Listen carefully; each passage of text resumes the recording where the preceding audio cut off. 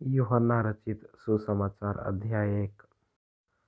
आदि में वचन था और वचन परमेश्वर के साथ था और वचन परमेश्वर था। यही आदि में परमेश्वर के साथ था।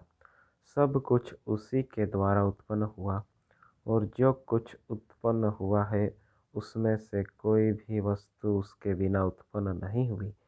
उसमें जीवन था और वह जीवन मनुष्य की ज्योति था। ज्योति अंधकार में चमकती है और अंधकार ने उसे ग्रहण न किया। एक मनुष्य परमेश्वर की ओर से आ उपस्थित हुआ जिसका नाम यूहन्ना था। वह गवाही देने आया कि ज्योति की गवाही दे ताकि सब उसके द्वारा विश्वास लाए। वह ज्योति न था परंतु उस ज्योति की गवाही देने के लिए आया था। सच्ची ज्योति जो हर एक मनुष्य को प्रकाशित करती है जगत में आने वाली थी। वह जगत में था और जगत उसके द्वारा उत्पन्न हुआ और जगत ने उसे नहीं पहचाना। वह अपने घर आया और उसके अपनों ने उसे ग्रहण नहीं किया, परंतु जितनों ने उसे ग्रहण किया उसने उन्हें परमेश्वर की संतान होने का अधिकार दिया, अर्थात उन्हें जो उसके नाम पर विश्वास रखते हैं।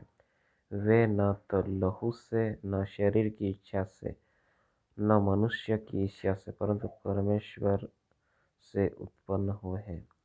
और वचन देहधारी हुआ और अनुग्रह और सच्चाई से परिपूर्ण होकर हमारे बीच में डेरा किया। और हमने उसकी ऐसी महिमा देखी जैसी पिता ने एकलौते की महिमा।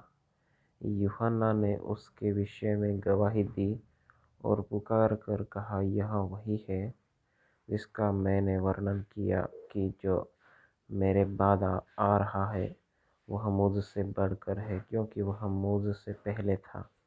क्योंकि उसकी परिपूर्णता में से हम सब ने प्राप्त किया, अर्थात अनुग्रह पर अनुग्रह। इसलिए कि व्यवस्था तो मूसा के द्वारा दी गई थी, परंतु अनुग्रह और सच्चाई यीशु मसीह के द्वारा पहुंची। परमेश्वर को किसी ने कभी नहीं देखा। एकलौता पुत्र जो पिता की गोद में है उसी ने उसे प्रकट किया। यूहन्ना की गवाही यह है कि जब यहूदियों ने यरूशलेम से याजकों और लेवियों को उससे यह पूछने के लिए भेजा, तू कौन है, तो उसने यह मान लिया और इनकार नहीं किया, परंतु मान लिया, मैं मसीह नहीं हूँ। तब उन्होंने उससे पूछा, तो फिर कौन है? क्या तू एलिया है? उसने कहा, मैं नहीं हूँ। तो क्या तू वहाँ भविष्यद्वक्ता है? उसने उत्तर दिया, नहीं। तब उन्होंने उससे पूछा, फिर तू कौन है, ताकि हम अपने भेजने वालों को उत्तर दे। तू अपने विषय में क्या कहता है? उसने कहा, जैसा यशायाह भविष्यद्वक्ता ने कहा है, मैं जंगल में एक पुकारने वाले का शब्द हूँ कि तुम प्रभु का मार्ग सीधा करो। वे फरीसियों की ओर से भेजे गए थे। उन्होंने उससे यह प्रश्न पूछा, यदि तू न मसीह है और न एलिया और न वहाँ भविष्यद्वक्ता है, तो फिर बपतिस्मा क्यों देता है? यूहन्ना ने उनको उत्तर दिया, मैं तो जल से बपतिस्मा देता हूँ, परंतु तुम्हारे बीच में एक व्यक्ति खड़ा है जिससे तुम नहीं जानते, अर्थात मेरे बाद आने वाला है, जिसकी जूती का बंद में खोलने के योग्य नहीं। ये बातें यरदन के पार बेतनिया में हुई, जहाँ यूहन्ना बपतिस्मा देता था। दूसरे दिन उसने यीशु को अपनी ओर आते देखकर कहा, देखो, यह परमेश्वर का मेमना है जो जगत का पाप उठा ले जाता है। यह वही है जिसके विषय में मैंने कहा था, एक पुरुष मेरे पीछे आता है जो मुझसे श्रेष्ठ है, क्योंकि वह मुझसे पहले था।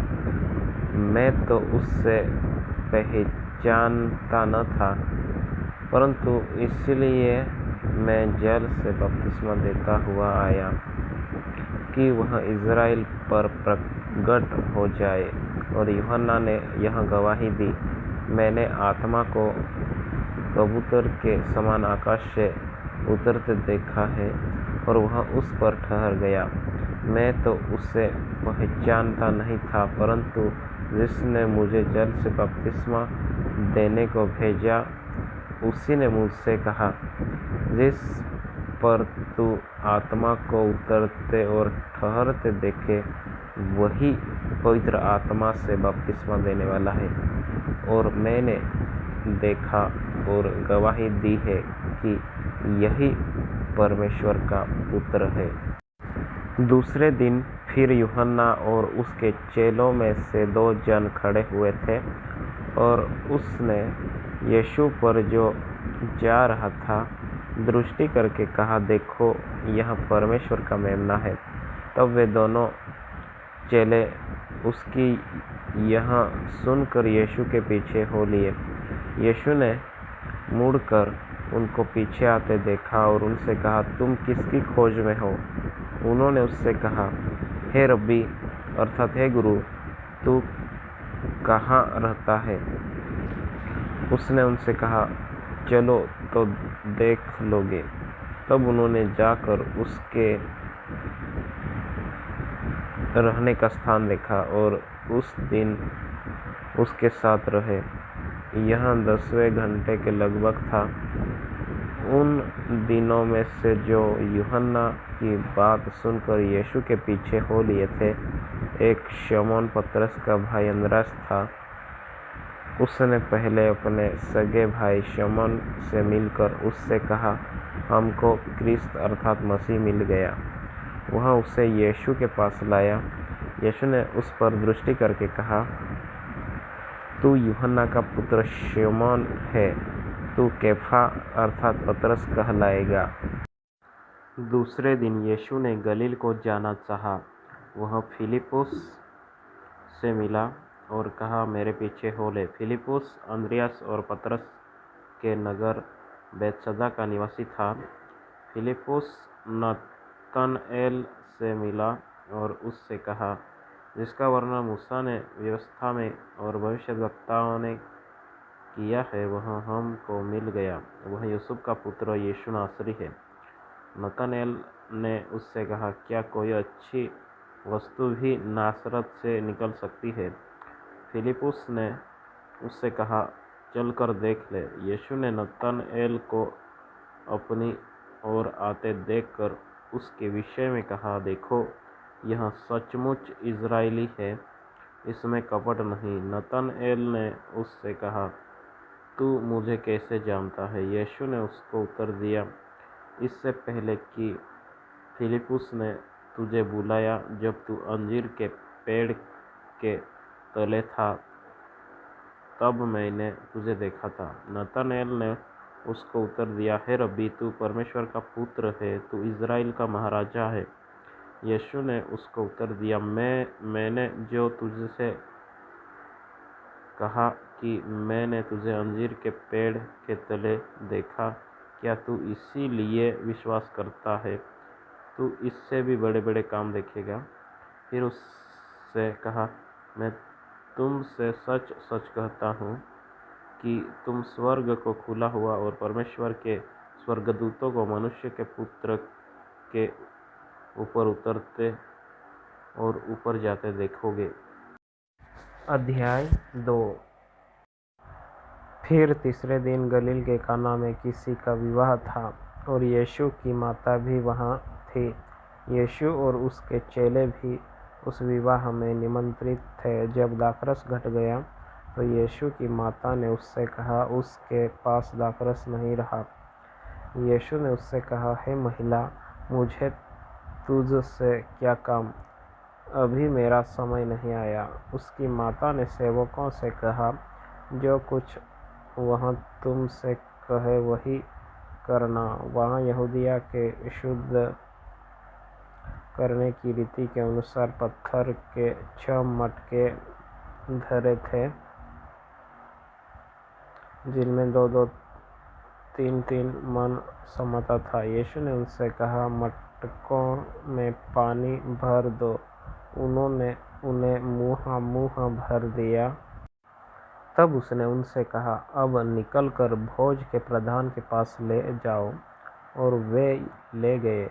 जब भोज के प्रधान ने वह पानी चखा तो दाखरस बन गया था और नहीं जानता था कि वह कहाँ से आया है, परंतु जिन सेवकों ने पानी निकाला था वे जानते थे।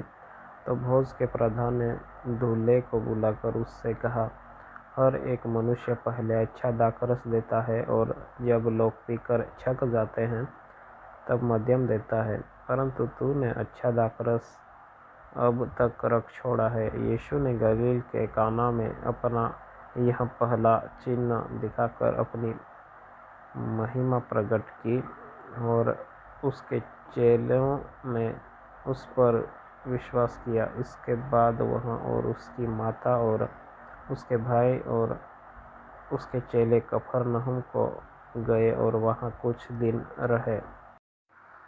यहूदियों का फसह का पर्व निकट था और यीशु यरूशलेम को गया। उसने मंदिर में बैल, भेड़ और कबूतर के बेचने वालों और सर्राफों को बैठे हुए पाया। तब उसने रस्सियों का कोड़ा बनाकर सब भेड़ों और बैलों को मंदिर से निकाल दिया और सर्राफों के पैसे बिखेर दिए और पीड़ों को उलट दिया और कबूतर बेचने वालों से कहा, इन्हें यहाँ से ले जाओ, मेरे पिता के घर को व्यापार का घर मत बनाओ। तब उसके चेलों को स्मरण आया कि लिखा है, तेरे घर की धूल मुझे खा जाएगी। इस पर यहूदियों ने उससे कहा, तू जो यहाँ करता है तो हमें कौन सा चिन्ह दिखाता है?